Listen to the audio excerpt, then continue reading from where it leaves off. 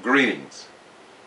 Today is August the 2nd, 2013, and this is KYRC, Know Your Rights campaign under the Getto Free Press.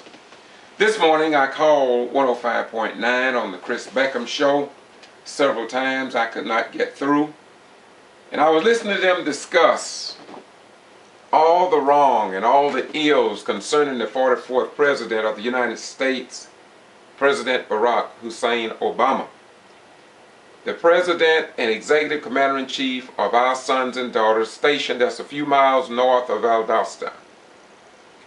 And all I wanted to say to Mr. Beckham, if I've been able to get through, was, and to all of those people who spoke ill of our Commander-in-Chief, of our sons and daughters serving in the United States Armed Forces. They are independents, they are Green Party, they are Republicans, and they are Democrats. And they have to serve together on these military installations. They will have to get in the foxhole together, whether they are Democrats, Republican, Green Party, Independent, or other. Christian, Muslim, Jews, Hindu, and others will all be forced to live, eat, fight, bleed, and die together in the defense of this nation. But it seems as if though all the venom we hear here in Valdosta day after day on Beckham show and Rush Limbaugh show and many other shows is sending a strong message to our young people, saying you should not serve in the United States Armed Forces unless a president from your political party is in office. As a retired military veteran of 21 years, I am so happy that I've never seen this much venom directed towards any sitting president in my life. Nor have I heard from one particular lady who I got the greatest respect for to live on Savannah Avenue here in Valdosta, Georgia, 92 years old. And she says she has never seen the venom that's directed towards the first black African American president. And I think I should listen to her. But in spite of all that, one thing we do know. We know that President Barack Obama has not enslaved anyone, has not denied any white person the right to carry a gun or to defend their families or to assemble in groups of more than 5 or to ban them from using public lunch counters to eat in a restaurant of their choosing, or to use public highway facilities, bathrooms on the highways, or to restrict their movement and to have a family member taken from one house to another, as it was in the days of old, come in and take the children from one plantation to another and bust up the families for economic reasons. This president has not done what some of the other 43 all-white male presidents has done in the land of the free and the home of the brave.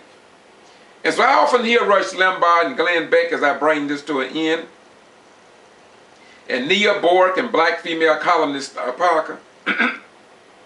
Star Parker all say that the president, or if you speak out in ways that make some common sense to the real Christians and Muslims and Jews and Hindu of this nation, we'll say they playing the race card.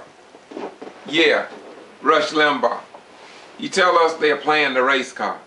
To all of you who believe the black man and woman or the white right people are playing the race card, I ask you, just simply turn the race card over.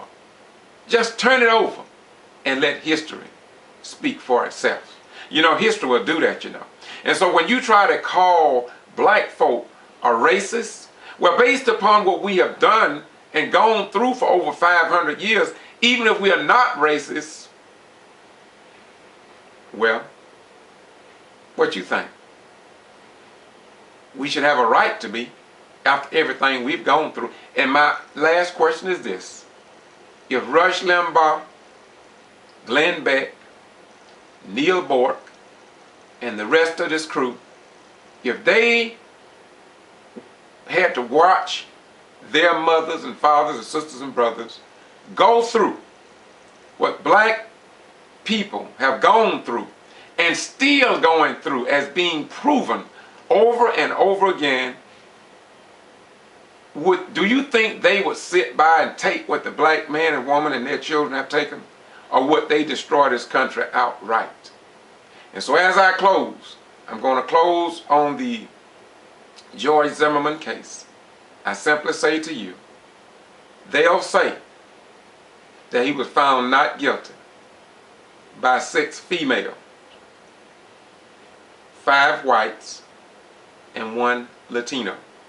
But what they will not say to you, as I'm going to say now, he was found not guilty, but not a single black was on that jury. Not a single black person was on that jury.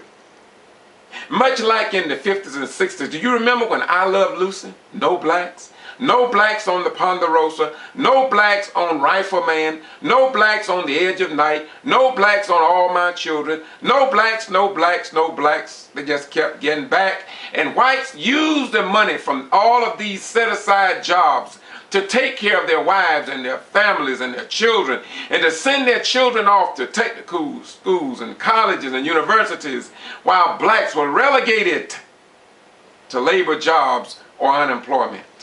And yet, they call us the racists. Then they want to turn around and say, we are playing the race card. Listen, check your history. You don't have to argue with anybody. You don't have to hate anyone. You don't even have to think about it. Just let history, the annals of history, let it speak for themselves. Just let it speak for themselves. And if black people had done to other people what others have done to us, I doubt very seriously that America would be the country that it is today. So think about it. Sorry I couldn't get through to Chris Beckham. It seems as if though I'm often unable to get through, and so this is the way I'll be speaking. When I call the Chris Beckham show and other talk shows, we'll come and cut a video and do it the way I do it, because sooner or later American people are going to understand that the free press here in the state of Georgia, especially South Georgia, is nothing but a game. And the only thing get reported is what the few won't report it. But by the grace of God, He's opened doors that we can do something for ourselves and stop looking to others. Bye-bye. We gone.